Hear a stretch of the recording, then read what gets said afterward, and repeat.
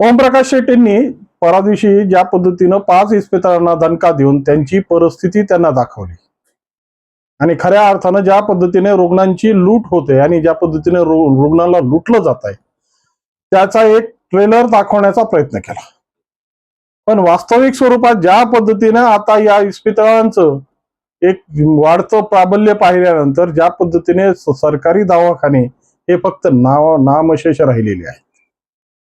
आणि तसा बीड जिल्हा पाहिलं तर बीड जिल्ह्यामध्ये आशिया खंडातील सगळ्यात मोठं रुग्णालय आणि वैद्यकीय महाविद्यालय अंबाजोगाई इथं स्थित आहे.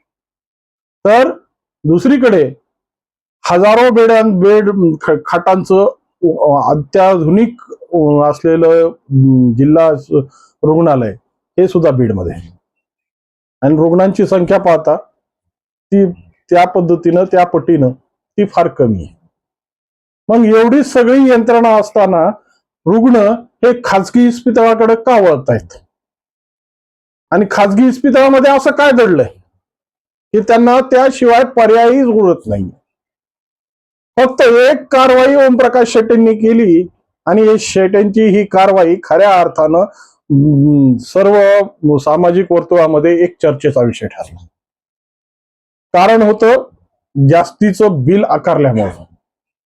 पण खऱ्या अर्थानं ज्या पद्धतीची लूट आणि ज्या पद्धतीची परिस्थिती ही सध्या या दवाखान्यांच्या माध्यमातून चालू आहे ना, त्यामुळं खऱ्या अर्थानं सर्वसामान्य माणूस हा हातबल झालाय. कारण की शासनाचं ब्रीदवाक्य आहे, शासनाला प्रत्येक माणसापर्यंत आरोग्य हे पोहोचवणं त्याचं नैतिक कर्तव्य आहे. प्रत्येक माणसापर्यंत प्रत्येक कुटुंबापर्यंत शिक्षण पोहोचवणं हे त्याचं नैतिक कर्तव्य आहे. नागरिकाला लागणाऱ्या ज्या काही मूलभूत सुविधा आहेत ते अन्न आणि वस्त्र निवारा याच्या खऱ्या अर्थानं परिस्थिती निर्माण करणं हे शासनाचं प्रमुख लक्षण आहे, कर्तव्य आहे. परंतु आज खऱ्या अर्थानं ज्या पद्धतीनं या सगळ्या गोष्टींमध्ये जो स्वैराचार चालू आहे आणि ज्या पद्धतीची भूमिका, ज्या पद्धतीची मनमानी कारभार आणि ज्या पद्धतीनं सर्वसामान्याला लुटण्याची परिस्थिती निर्माण करणारी एक व्यवस्था आज जी डोके काढून बाहेर पडलेली आहे ना, तर खऱ्या अर्थानं या 5 इस्पितळांवर कारवाई केल्याने ही विषय थांबणार आहेत का? स्वतःचा रेट वाढवण्यासाठी, स्वतःची परिस्थिती वाढवण्यासाठी, स्वतःचा दबदबा वाढवण्यासाठी हा केलेला प्रयत्न आहे. या दोन्हींच्या शंकेमध्ये आज खऱ्या अर्थानं समाज अडकलाय. आज कोणतंही शहर असो आणि कोणतंही महानगर असो, आज तुम्ही त्याचं जर थोडस अवलोकन केलं तर 2 गोष्टीसाठी ते शहर प्रसिद्ध असतं आणि आज त्या 2 गोष्टी त्या शहरामध्ये मुबलक प्रमाणात सापडतात. एक तर बिअर बारचे दुकानं, ज्या पद्धतीने कोणत्याही शहरात गेल्यानंतर तुम्हाला अगोदरच बाहेर प्रथम दर्शनीय ज्या पद्धतीने बिअर बारचे दुकानं थाटलेले दिसतील, त्याच पद्धतीनं शहराच्या अवतीभोवती सुद्धा सुसज्ज अशा पद्धतीचे मल्टी स्पेशालिटी हॉस्पिटल्स तुम्हाला बऱ्याच प्रमाणात पाहायला मिळते. मग नेमकं या दोन्ही गोष्टी म्हणजे दवा आणि दारू यातच समाज अडकलाय का? आणि या समाजाची परिस्थिती यामध्ये दडली आहे का? खऱ्या अर्थानं राष्ट्रीय आरोग्य मिशन हे याचं नैतिक कर्तव्य आहे की प्रत्येक माणसापर्यंत आरोग्याच्या खऱ्या ज्या सुविधा आहेत, आरोग्य हे जपलं पाहिजे.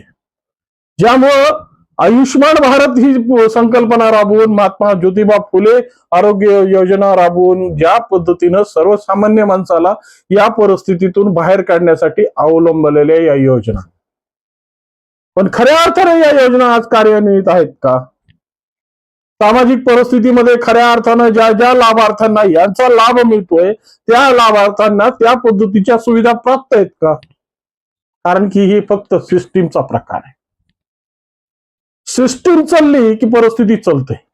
मग दुकानदाऱ्या कशा पद्धतीने चालवायच्या आणि ज्या पद्धतीने हजारोंच्या हाताने परिस्थितीमध्ये ज्या पद्धतीने दवाखान्यांचा ऊत आलाय, खऱ्या अर्थानं यांची कमाई कोणत्या पद्धतीवर आहे? कारण की डॉक्टर्सची परिस्थिती पाहिली ना, आता डॉक्टर स्वतःला देव समजू लागलेले आहेत. हे देवाचं दुसरं रूप आहे. ज्या पद्धतीने एक शिक्षक आपला खडू झिजू झिजू एखाद्या विद्यार्थ्याचं आयुष्य घडवत असतो, जर एखाद्या रुग्णाला जर त्याच्या आरोग्याच्या संदर्भात केलेली उपाययोजना आणि केलेले उपचार हे खऱ्या अर्थानं त्याला आयुष्य वाढवण्यासाठी असेल तर ते देवाची स्वरूप आपण मानतो. परंतु खऱ्या अर्थानं ज्या पद्धतीची भूमिका डॉक्टर्स कडून व्हायला हवी ती मात्र आम्हाला आजही पाहायला मिळत नाही. त्याचं सगळ्यात मोठं दुर्दैव हे आहे की आम्ही आमच्यातला माणूस हरवलाय. आणि मग या 5 झालेल्या कारवाया, या 5 दवाखान्यांवर झालेल्या जी काही दंडात्मक कारवाई आहे, खऱ्या अर्थानं ही दंडात्मक कारवाईसाठी हेच 5 इस्पितळं का निवडली गेली, याच्या मागेही संशोधनाचा विषय. कारण की आज जिल्ह्यामध्ये प्रत्येक इस्पितळाची जर परिस्थिती पाहिली आणि प्रत्येक डॉक्टरचं जर स्वरूप बघितलं तर ज्या पद्धतीनं बोकाळलेली परिस्थिती आहे, कुठेही सर्वसामान्य माणसाला परवडणारा इलाज, सर्वसामान्य लोकांना परवडणारी व्यवस्था कुठेही उपलब्ध नाहीये. जो कोणी आपल्या आपल्या पद्धतीनं जो आपल्या अभ्यासक्रमावर आपण जर केलेला खर्च आणि घेतलेल्या कर्जाचा जो काही मोबदला कशा पद्धतीने जास्तीत जास्त या रुग्णांकडून वसूल करण्याचा जो अट्टहास यांनी लावलाय ना, खऱ्या अर्थानं त्यांनी समाज व्यवस्था आणि सामाजिक परिस्थिती ढासळली. फक्त मुखवटा आहे कारवाईचा आणि या कारवाईच्या मुखवट्यांमुळे खऱ्या अर्थाने ही परिस्थिती काही सावरणारी नाही. आज ज्या पद्धतीनं फीसची, ज्या पद्धतीने कन्सल्टिंग फीसची परिस्थिती पाहिली तर 100हून 500 पर्यंत पोहोचलेली ही परिस्थिती. त्या पद्धतीने माणसाचे रोजगार मात्र पोहोचलेले नाहीयेत. त्या पद्धतीने सर्वसामान्य माणसाचं दरडोई उत्पन्न वाढलेलं नाहीये. त्या पद्धतीनं शेतकऱ्यांच्या मालाला हमीभाव त्या पद्धतीनं मिळालेला नाही. मात्र एका रुग्णाच्या छातीला जर टेटिस्कोप लावला आणि त्याच्यावर त्याच्या प्रिस्क्रिप्शनवर 6 ते 8 गोळ्या लिहिल्या की ज्या पद्धतीनं योग्य ती फी त्या डॉक्टर्सना मिळते आणि ज्या पद्धतीने सर्वसामान्य माणसाला या फीसमुळे खऱ्या अर्थानं गंडांतर पडतं. एक काळ होता की ज्या काळामध्ये 60-70 रुपयामध्ये कितीही मोठा दवाखाना असला तरी तो निपटायचा. कितीही परिस्थिती जरी दुभंगली असेल तर 100हून 200 रुपयाच्या पलीकडे औषधं जायची नाहीत. पण आज जी परिस्थिती पाहिली, साधं पडसं आणि सर्दी जरी झाली ना तुमची किंवा थोडासा ताप वाढला ना शरीरातला तर डॉक्टर्सनी जी प्रिस्क्रिप्शन लिहून दिलं ना त्याच्या गोळ्यांची संख्या पाहिली, ती संख्या कमी आणि त्या औषधाच्या किमती मात्र गगनाला भिडलेल्या असते.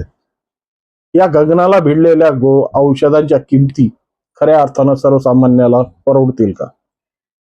आणि ज्या पद्धतीने सर्वसामान्य माणसाच्या म्हणजे जखमेवर मीठ चोळण्यासाठी जनऔषधी नावाची जी संकल्पना काढून ठेवली, जेनरिक औषधाला जे सुरू करण्यात आले, खऱ्या अर्थानं या डॉक्टरच्या प्रिस्क्रिप्शनवरची एक तरी गोळी त्या जेनरिक मेडिकलवर मिळते का?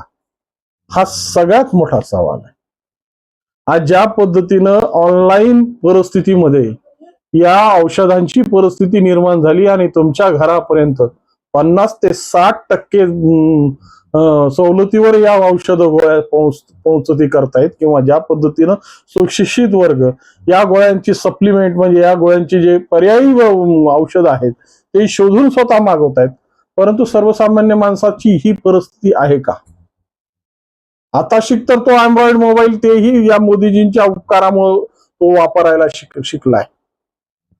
सर्व जनधन अकाउंटच्या माध्यमातून ज्या पद्धतीनं ही दूरसंचार क्रांती वाढली आणि ज्या पद्धतीनं ई चलन आमच्याकडं फिरलं आणि आज खऱ्या अर्थानं या पद्धतीच्या ई चलनाची परिस्थिती या मोठमोठ्या दवाखान्यांमध्ये का रोखली जाते याचा कधी विचार केलाय?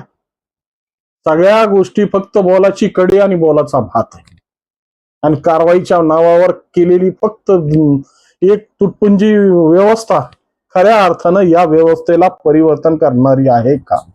हा प्रश्न सर्वसामान्य माणसाला आज पडतोय. ज्याने दवाखान्याची पायरी चढली, ज्याने दवाखान्याचा अनुभव घेतला, आज त्या प्रत्येकाच्या अंगावर काटा येतो. कारण की परिस्थितीच अशी भयावह आहे की त्या भयावह परिस्थितीमधून जो जातो त्यालाच त्या गोष्टीची झळ कळते. त्यामुळं या सगळ्या परिस्थित्या जरी अनुकूल आज परिस्थितीच्या हिशोबाने आम्हाला या कारवाया चांगल्या दिसत असतील तरी या कारवाया फक्त नावापुरत्याच आहेत. पण वास्तविक स्वरूपात ज्या पद्धतीने सर्वसामान्य माणसाला भरडणं चालू आहे आणि ज्या पद्धतीने या माणसाच्याकडून ज्या पद्धतीच्या रक्त शोषण सुरू आहे ते रक्त शोषणाची परिस्थिती मात्र जर सुधारता आली साहेब शेटे साहेब तर खऱ्या अर्थानं या तुम्ही ज्या पद्धतीने या राष्ट्रीय आरोग्य मिशनचे महाराष्ट्राचे अध्यक्ष आहात तर त्या पद्धतीच्या परिस्थितीमध्ये महाराष्ट्राच्या खूप काही जनतेला तुम्ही चांगल्या पद्धतीचा दिलासा देऊ शकतात. पण मात्र कारवाईचा बडगा आणि कारवाईची परिस्थिती फक्त मोजक्या इस्पितळांवर दाखवून मोजक्या लोकांना आयरणीला टांगून मात्र या परिस्थितीला सोडवता येणार नाही. तर खऱ्या अर्थानं ज्या या गोष्टीमध्ये खऱ्या अर्थानं लूट करण्याच्या भूमिकेत आजही बाजारपेठेत आहेत. नावं घेतली तर डझनावर आहेत. पण कुणाच्यावर कोणाचं बालन टाणून आणि तुमच्याकडून काय कारवाया होणार आहेत हे आम्हाला माहिती आहे. त्यामुळं खऱ्या अर्थानं खरे चोर उडका, खऱ्या चोरांना शोधा की जे फक्त आज स्वतःच्या मतलबासाठी स्वतःची परिस्थिती जागण्याचा प्रयत्न करताय. आणि या परिस्थितीत खऱ्या अर्थानं जो सर्वसामान्य माणूस भरडला चाललाय त्याला जर सुटकेचा श्वास देता आला आणि या सगळ्या परिस्थितीतून खरी परिस्थिती सर्वसामान्य माणसासाठी तुम्ही ज्या काही कल्याणकारी योजना राबवल्यात त्या योजनेच्या माध्यमातून खरी उपचाराची परिस्थिती जर सर्वसामान्यपर्यंत पोहोचली तरच खऱ्या अर्थाने या महाराष्ट्राचा आणि तुमच्या सरकारची खरी नैतिक मूल्य हे सर्वसामान्यपर्यंत म्हणजे तुमच्या भाषेत अंत्योदयापर्यंत पोहोचतील आणि अंत्योदयाचा विकास म्हणजेच सर्वसामान्य माणसाचा विकास आहे हे निश्चित होईल. पण त्यासाठी कारवाईचा बडगा नको, परिस्थिती ठवळली पाहिजे. या संदर्भात तुमच्या मनात काय वाटतं आणि या संदर्भात तुमच्या मनात काही कल्पना असतील तर निश्चितपणे कमेंटच्या माध्यमातून कळवा. आणि व्हिडिओ आवडला असेल तर लाईक शेअर आणि सबस्क्राईब करायला विसरू नका. नमस्कार.